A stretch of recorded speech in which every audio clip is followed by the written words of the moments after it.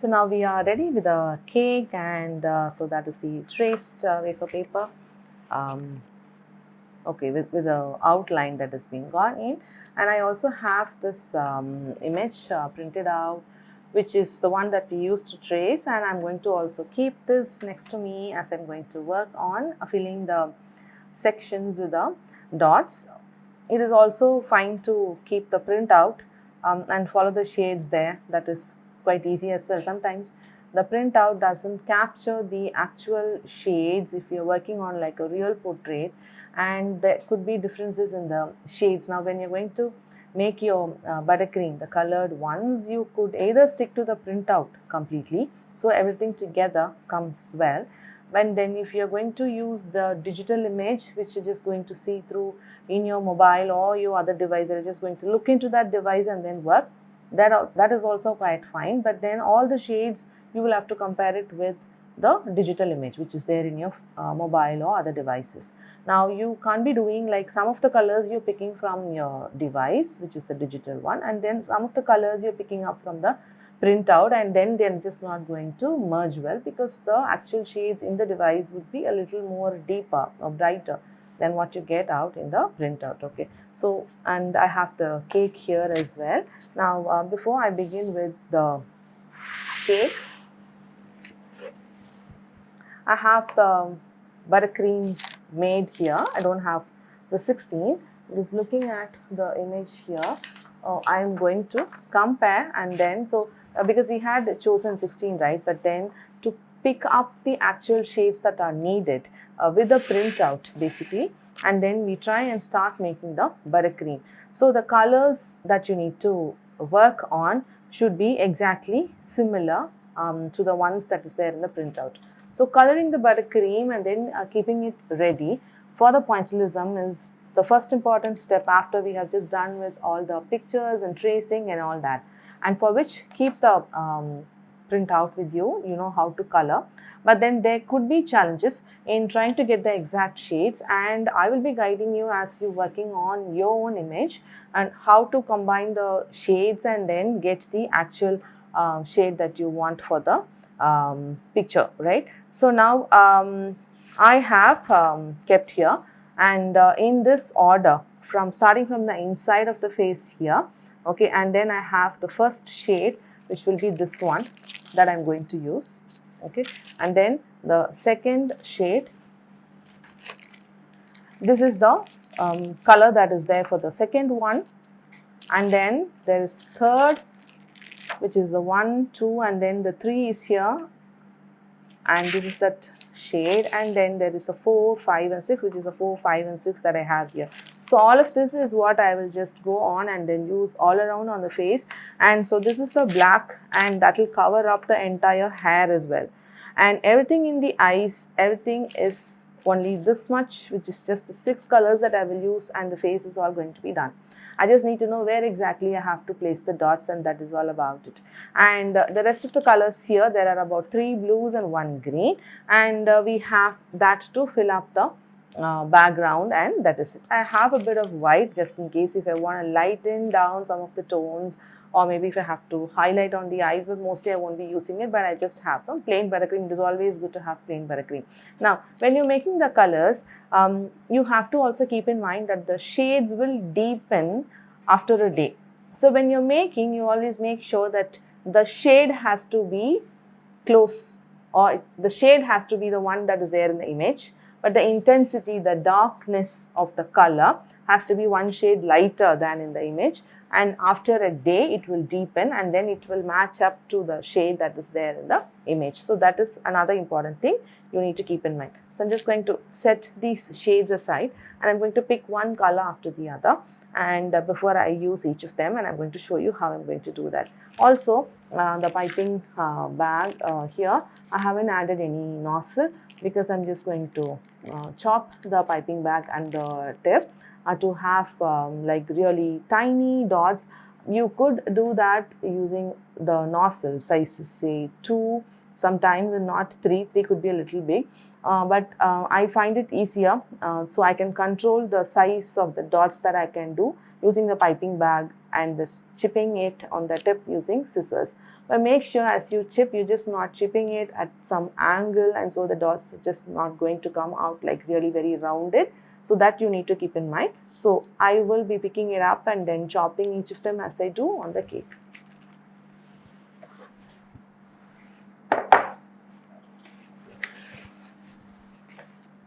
Now this image is for reference, and this is the one that is going to go on the cake. So this paper has to go on top of the cake. Now the buttercream sharp edges has been done, and if it is in the fridge and you're going to take it out, it would condense a bit, and if you're going to work in AC, that should be quite fine. And but just to be safe, you want the wafer paper to stick properly on the cake. So I have a bottle of water, and it is a spray bottle. So I'm just going to spray water all on top of the cake alone, on top of the buttercream, and then I'm going to gently place this wafer paper on top, and then I'm just going to make it stick well. Okay.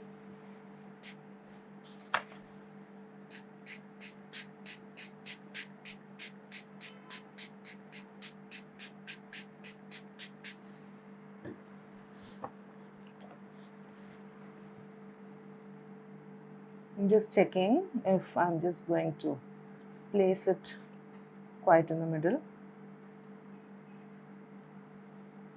Just use your fingers. So you want it to stick well, but then as you're going to keep it working for some time, like if you're going to take some time to finish the entire pointillism on the cake, the cake could dry, the surface, and the water just you added could be drying as well. So it will start lifting. But then at least initially as you start, just make sure you stuck it well. You don't want to add the water, the spray water on top of the wafer paper, because then the color will start bleeding. But we will be covering up the entire wafer paper with the dots, right? So everything will be covered, so that you don't have to worry. You just need to make sure it is stuck well, and then you are able to see the outline through the top of the cake. But then as you're working, if it is like kind of lifting up, it can just go back and stick on the cake only with some moisture. So you could just maybe use some water.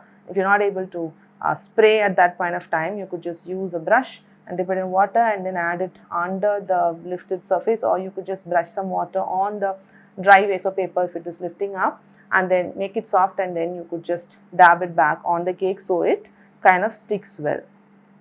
Okay, so we just got the image transferred onto the cake. You really don't have to have the knowledge of understanding the perspective and the proportions of a face, and you don't even have to be an artist to be able to do this technique on the cake. We just made it extremely user friendly and easy, so anybody could just follow the steps as exactly as it is being taught to you right now, and then get any image on the cake, and we'll be able to do the art, the painting.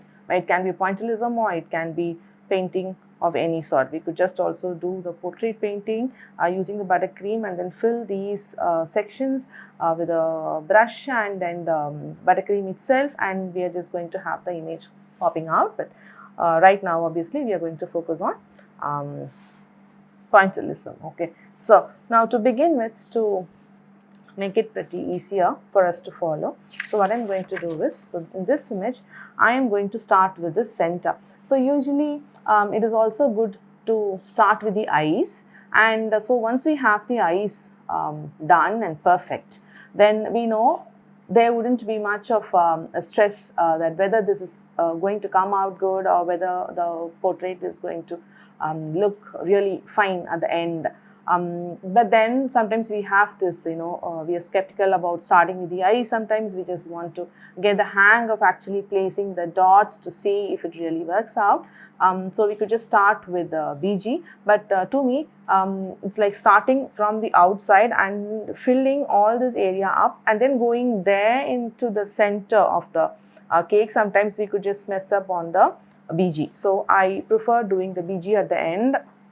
And if I have to do this for myself, I will start with the eyes, because I wouldn't be trying out putting the dots for the first time for myself. But as you're learning, I would suggest that you start with somewhere on the face, but then start from the inside and then move out. So once you've just done piping this section with the dots, then you don't have to put your hand and go inside. So you could be watching as you're just moving out from one section from the middle to outside. Okay, so let me just start with this. But as you observe, you can see this shade is right here, and then you have the shade here, and then in few other places as well. And now if you just take a look, then you have this here, and then there is here, and then another section here, and then another section here, and then on the tip of the nose. But you could also just follow from one area and then keep filling the other area, the next one and the next one, and then you could just keep going.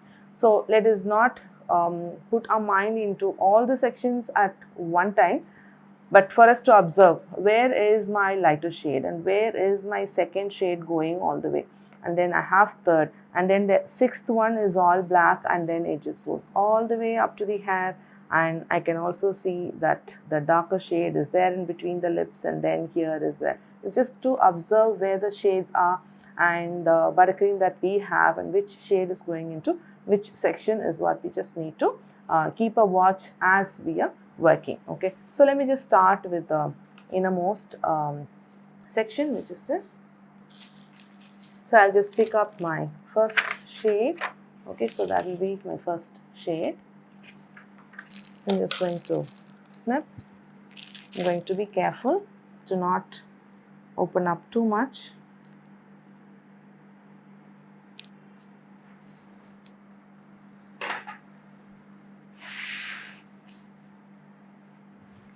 And here you know how you did the dots.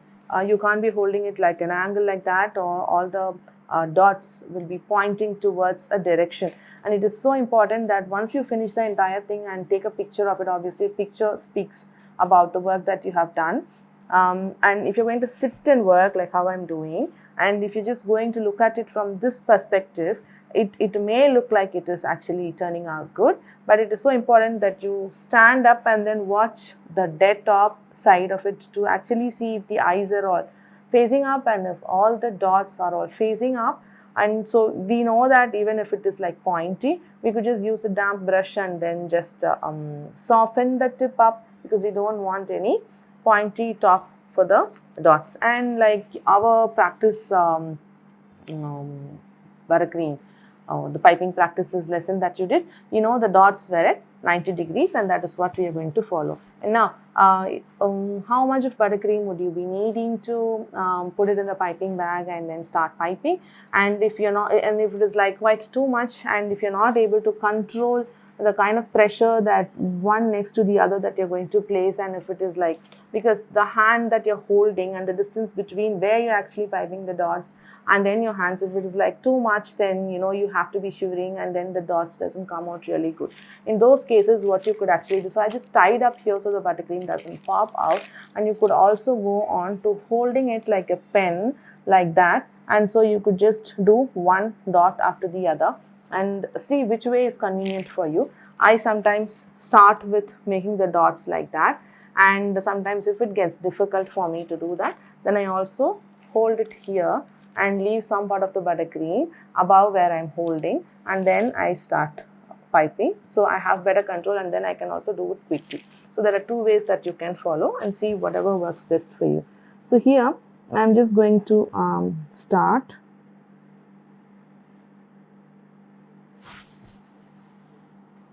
Obviously I need a supporting hand, so I'm using my left hand to do that. So my goal is the dots all should be of the exact same size with all the practice that we have taken. And I'm just going to, like how you've practiced filling a shape, right?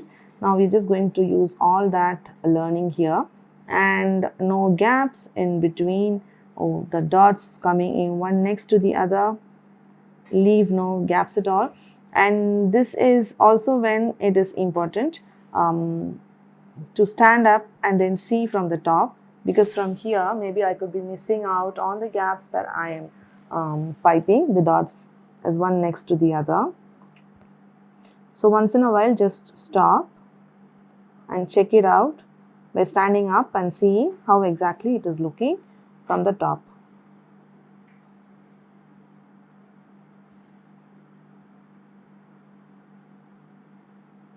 And see, sometimes if you're just going to have the peaks coming out,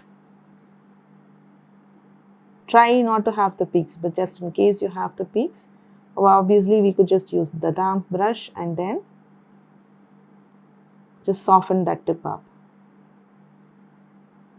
So once you got the hang of it, because obviously each time the consistency of the buttercream could be a little different, because the amount of color that you've used and all that will just make a difference in the consistency, right? So we need to know the rhythm in which we need to pipe the dots and how much pressure is needed and how much and where we just need to squish and then where we need to stop and where you need to do the C motion and then get your piping bag out. And so with that rhythm, the dots will all be the same size and no pointy top, no gaps in between. So those are the key pointers that you should keep in mind as you're working. So now you start by doing for one section on the inside that you're starting, you could just start from the outside, and so you could just go in and then fill to get into the center. And now as you're doing that, just make sure again you're just holding the hand at 90 degrees upright.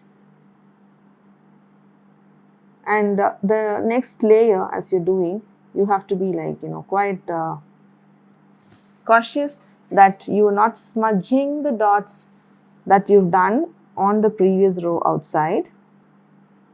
Also there should not be gaps in between,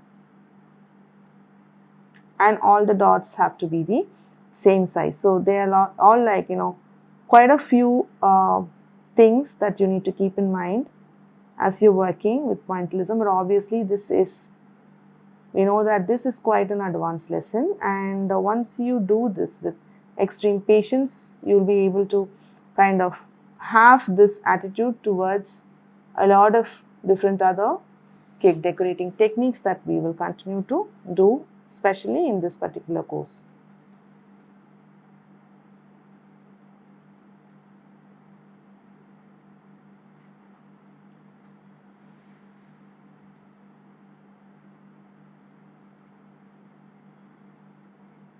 So let me continue doing the dots for this section and then finish this one full shade in this particular section alone first.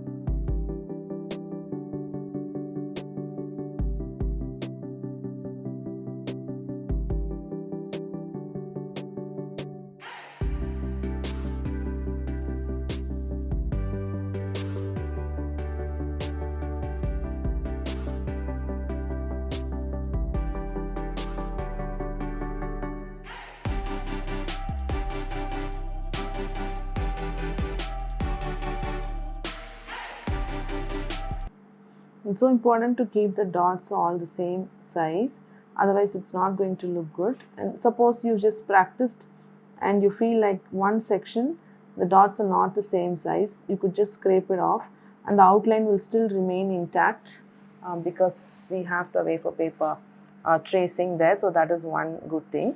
Now I see there are a few pointy top. Now I don't want to touch them out immediately because this we are using an American buttercream, and it will be quite soft because we just squeezed it out.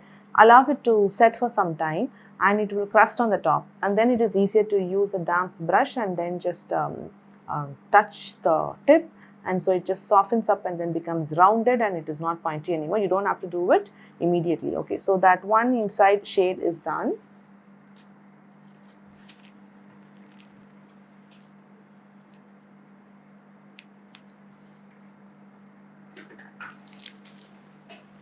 So now I have the second color. I'm just going to start it out, and now I just need to be sure how much is the size of the piping bag that I've just chopped. If it is like quite smaller than what I did for the first shade, then my dots are going to be small. Now you have to be sure that every section, the entire top of the cake should be all the same size of the dots. Now I'll just try making one dot of this color to see if the size of my dot is matching with the section in the middle, and then let me see if I just need to chop it up again or if I just can continue working like that. So obviously for this layer as well, I feel like I'm like squishing too much for just one particular dot, which means the hole is not quite big.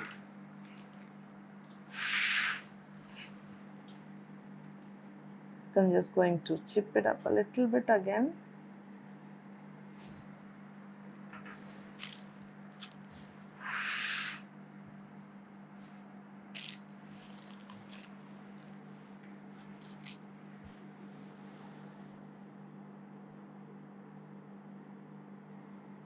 Okay, now it's quite better for me. Again, no gap between that particular layer and this layer as I'm working. So I'll start with this section, the dots touching the previous set of dots that I just finished. I don't want to start with this outline and then go. If there is like one complete section that I have to fill, then I will go on the outline, or then I will just go following the dots that I just made previously and then kind of go one layer after the other and then fill up that entire section. And now I just also want to use it like a pen, so you get a feel of how that works.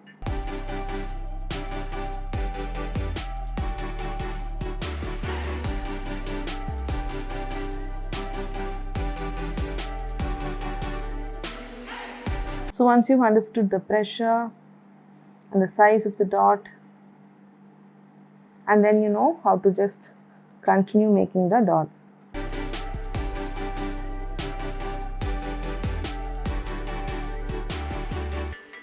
As I'm just getting closer, let me just compare with this image. So it's always important to just take a pause, wait and see which shade is where. So the second shade is going all the way around, and under the eye there is like a very thin line, and sometimes thin lines we just try and maybe make it with tiny dots, and sometimes if you're not able to match up with dots, we could also use a thin brush, like maybe a size 1 brush, and then pick up the same color and we just make the line there to make sure that particular shade is there at that point. Especially when it comes to the eyes, we will have to start using the brush because the dots could be just a little outside of the outline that we want. But for the eyes to have the pupil and the reflection and extra detailing that are like quite intricate, then we might have to start using brush. So now I know, after looking at the picture, I will have to go all this way through there and then have one tiny line on the top, and then this entire section is all going to be this shade of the brown.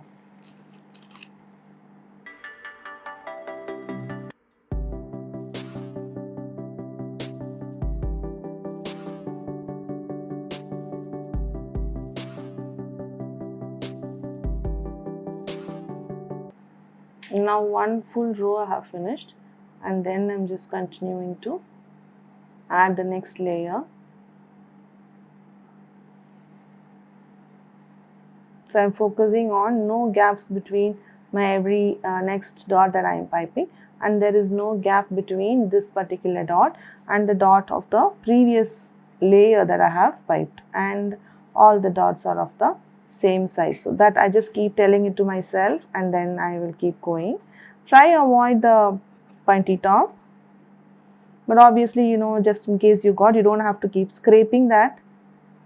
If you have like too many pointy top, then also it is a little difficult because we'll have to be keep dabbing each of them, and maybe that will just smudge out as well, or that is like too much of dabbing. We kind of want to avoid that also. So just make sure each of the dots are rounded and you're able to see them quite well. They are composed one next to the other without gaps.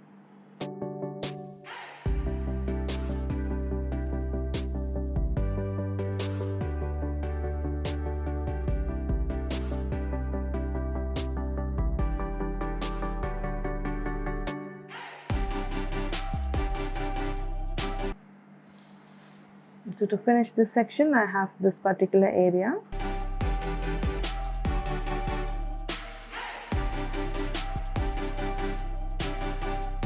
Okay, so this one is done. I see quite a few pointy tops. I will get back after the whole thing crusts, so I will also show you how I'm going to soften up the top. So now you understood how this logic is going to work. We have separated the sections. We have the outline of each of the section.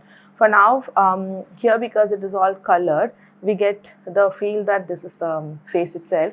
But here we just have the outline and the sections. At this stage, we have to start looking at this image and this image in comparison, and to not look at it like a portrait at the moment. And so because this outline doesn't give you a portrait feel, but the portrait will start showing out after we have filled up the sections all with the respective colors. Now what I'm going to do, I will continue to follow this layers of the shades that I have. I will go on and then fill each of the sections with the different shades. I will get back where I have very minute intricate details, where I have to show you something different, which is technically a little more complicated or one level up, that I have to show where exactly you need to do, like where we need to just have the lip going on or the eyes going on. But then if they are like straightforward, and if I have to just fill them, and if the sections are pretty clear, I will go on and then finish making the dots. I'll get back when I have this to a stage where most of the section is filled, because it is all going to be monotonous and just placing the dots with section after section. So I'll just get back after I've done to some level, and I can show you how to proceed further. So I have come up to this stage where I have filled up most of the solid colors that I have here, except for the eyes. So just followed the sections in this image as it is, and I see that at this stage, even when you're going to work and then send it out to me, there could be a few places where we need a bit of correction.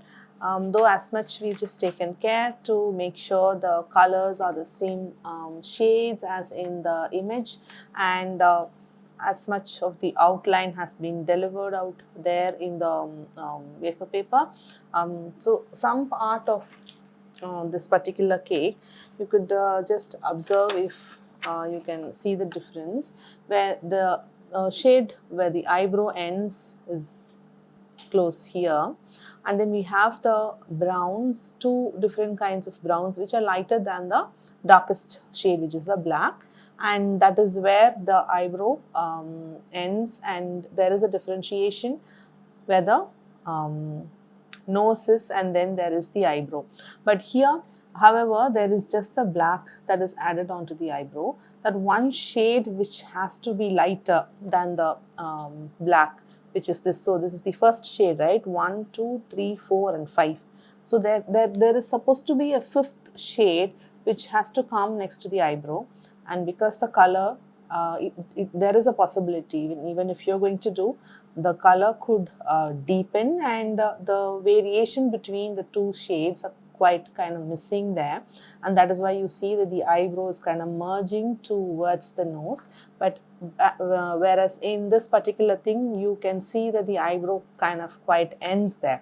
So in certain cases like that, we could allow the buttercream, the dots that we have made, to dry out, and because this is the crusting buttercream, like I said, and then we could use a toothpick or like a very tiny pointy tool to remove off the areas that where we have made the mistake, and then we could again refill that particular section with dots again and with the right shade, if in case now here where the color is the mistake that we could figure out. And also if at all we've just gone past a particular outline, then again we could just compare with the original to see where the changes could be, and again we could just go scrape that particular section, so we could just redo that particular part. Also, as you're working, usually when you're going to look at it through your naked eye, you may not be able to find a lot of difference. So obviously if you're going to send it out onto the support group, you will be taking a picture or a dead top picture of this particular stage, whichever you're going to show, and then we could be comparing it with the vectorized image to see how the difference is going to be, especially rather than looking at it through your naked eyes. We look at it through the pictures, so we could also with the device just zoom in to see where the changes are, and then you have to just kind of swipe between the original picture, which is the vectorized version, and the photo that you have taken. Keep it one next to the other on the gallery, or maybe send it out to yourself on your WhatsApp, and just keep swiping it left and right. So you at a very short frequency, you're just looking at both of them one next to the other, so you could observe the differences in the positions of each of the colors and the sections. And once you're able to figure out where exactly the changes are, now this particular thing, it is very evident that the shade of the eyebrow is very close to the one that is below that, and so the demarcation between where the nose is to where the eyebrow is the most prominent mistake that we could just figure out in this, and that needs to be corrected. Similarly, as you working, you could just compare between the original and the work that you're doing at different stages to understand if you're just following up each of the sections and make your dots accordingly. Okay, so that is very important as you're working. Now let's just get into the eyes. Now I'm just going to start with the lightest shade. I'm just looking at where exactly it is.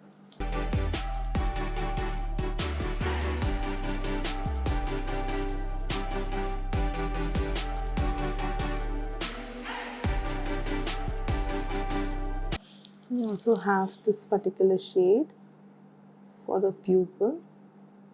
There's one in here, and then there is another in here as well. So I'm just going to make that.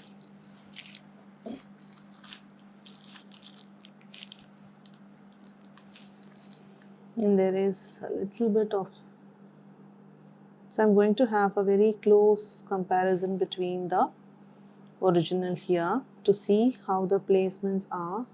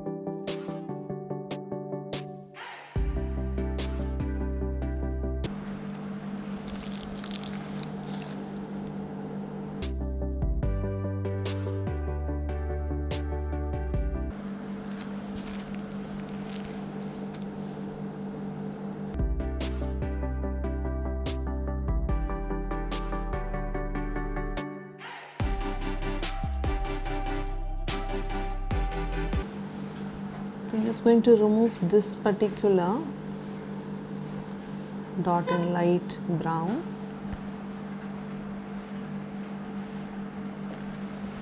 And then just bring in black there.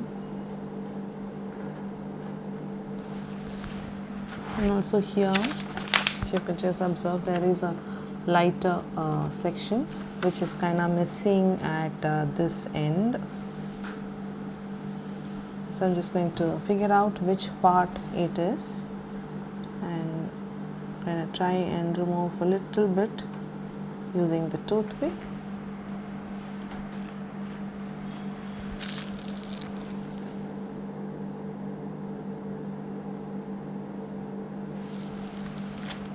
Okay, so most of it has come out fine for this eye. Now for the other one, I'm just going to start making the lightest shade.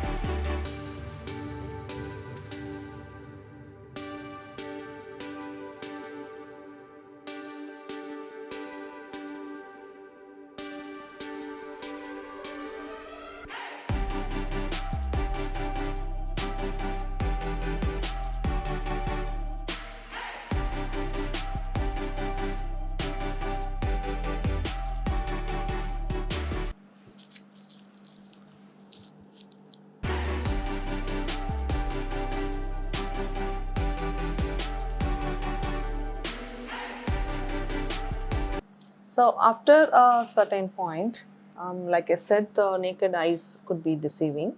So we kind of take a picture and then you have a comparison between the original and the picture that we have taken. So especially now this will allow us to get into the zoom. So you could just zoom it out to see this part of the white area that is here and observe the shape of that same part on this image, which is this one.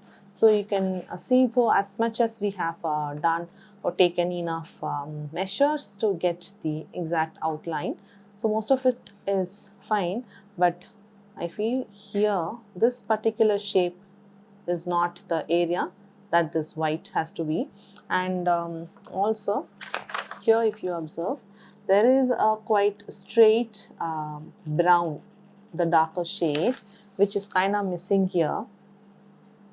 So this brown should come all the way down till here, and then I'm just going to get this white closed a bit like the original, and then there is another dark brown here, and then there is another dark brown here. So this entire part is not the color that is suitable for the eyes. So after we have just kind of zoomed in and get the perspective, like overall if you check this image, it is like quite fine, but then for minor or minute details, getting it into the zoom and then having the original picture to compare and see where we could just get it better. So we are just getting it close. So after an observation like that with your own picture that you've taken and the image, now I know this particular area just needs to be kind of quite straight, having a dark brown.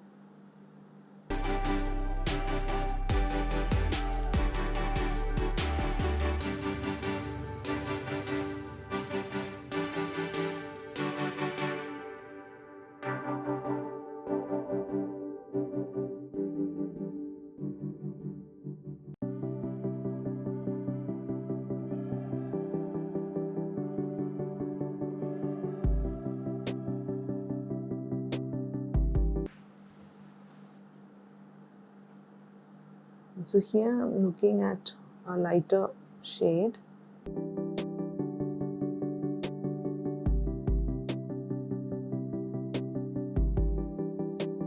So obviously corrections are bound to happen given the efforts of tracing, and that comes in especially when you have the eyes part.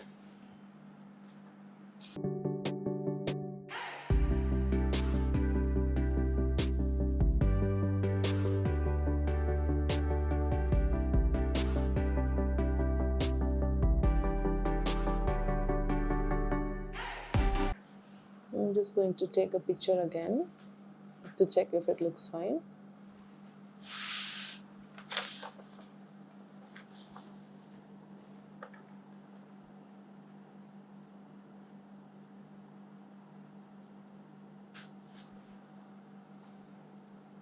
So for this eye, and even if it is not with zoom as well, so there's one observation that I can just figure out.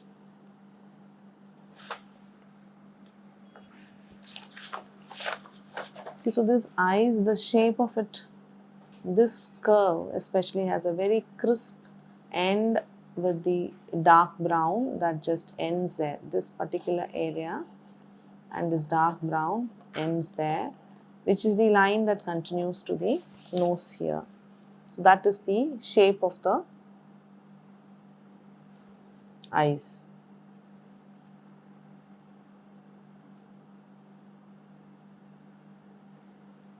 Okay, so I'd like to get this down here and then have a shape right there, and then this ends there. So anything else below this particular area has to be light brown, and only then you will have this shape of the eye getting crystal clear. So I'm just going to erase this part, get it there, the shape properly with the dark brown, come in all the way till the nose, and anything below this part I'm just going to remove and make it a lighter brown.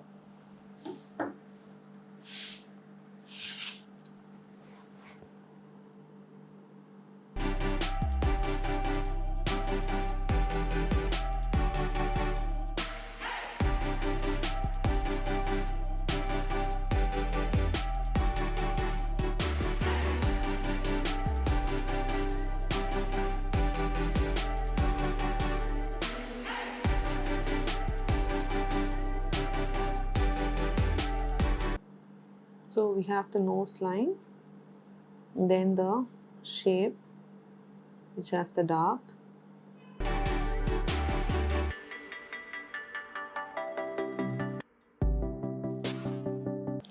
and here I'm just going to fill the lighter brown.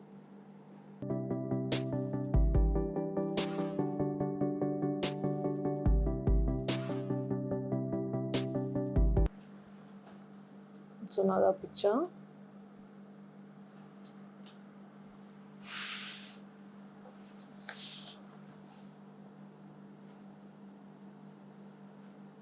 I'm just trying to compare to see if there could be anything that is better. And after a point where you keep comparing, and then you start looking at it, and if this by itself is a better version, or you don't have to be like exactly close to what you are seeing there, and if this by itself as an independent entity or an image or a portrait that just starts becoming quite perfect, then you could stop the comparison and then start looking at it to see if there could be anything better.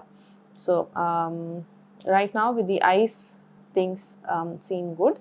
I will now need to finish up with a background, and also I'll see if I need to work a bit here on the nose part, which is here.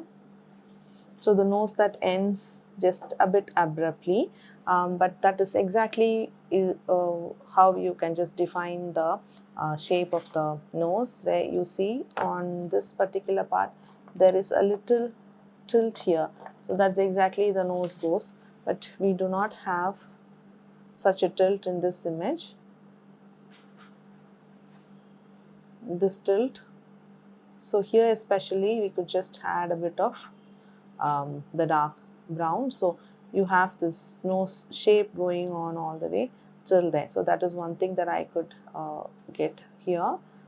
And obviously, like I said in the initial part of this particular stage of the work, I'm just going to cut down here on the eyebrow, and this particular part, which is actually a different shade, but then because the shades are quite close, now it looks like the eyebrows are merged. So I'm also going to go ahead and then remove this particular section and then add a bit lighter version, so we have the proper demarcation of the eyebrow. So I'm going to continue make those changes, and also I will work on filling up the BG. So the BG, there is nothing much about the technical stuffs, which is more like the face filling. So I will finish the entire thing and then I'll get back to show how I've completed making the pointillism cake. So see you on the other side.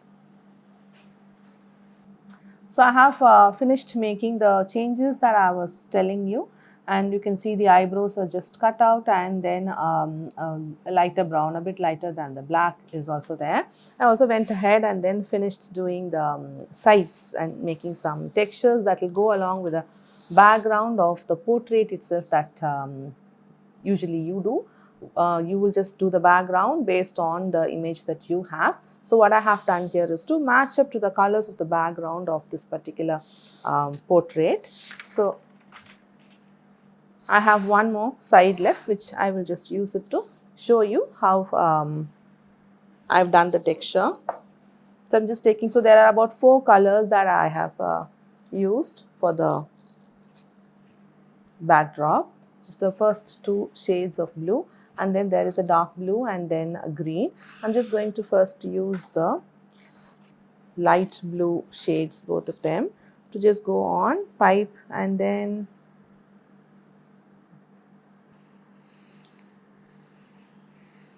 so if you are working on a pointillism, like I said earlier, you don't have to do the sharp edges. So obviously after you have done, you could do a texture like this on the sides. So a fully finished sharp edges is not necessary. But because we are trying to learn quite as much possible in each of the lessons, we have done the sharp edges as well, and then on top of that we are doing pointillism. But obviously for this particular lesson, as you're working, you would feel that that is quite a lot of frosting on the outside, but it doesn't have to be like that when you're working on orders using the similar techniques.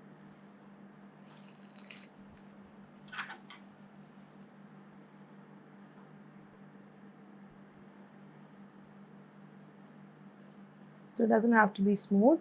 I'm just covering it up so the white is not seen.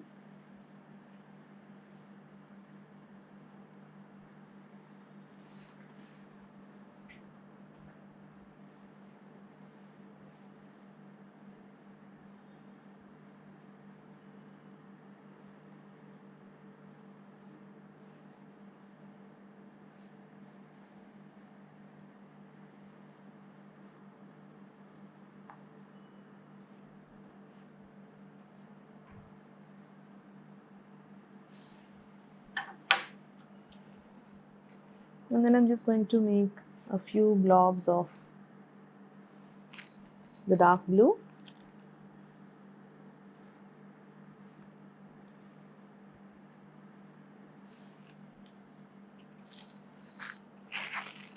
And then the green.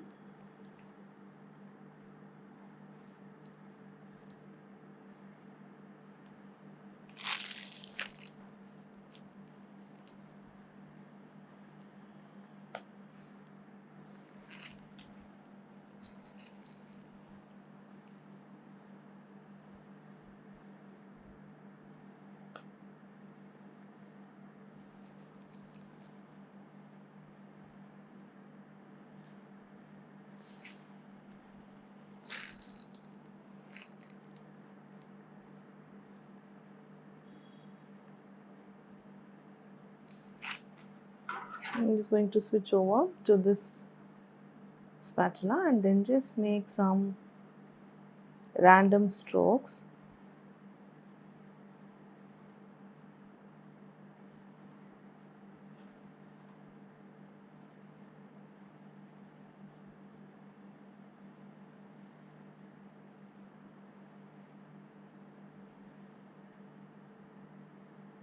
Just make sure you're just not damaging the sharp edges on the top, just working on the sides alone.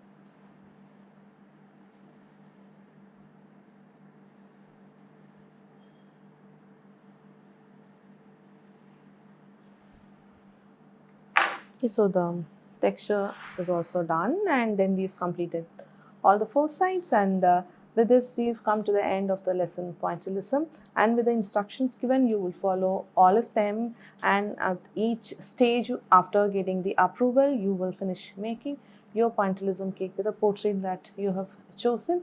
So see you in the next lesson.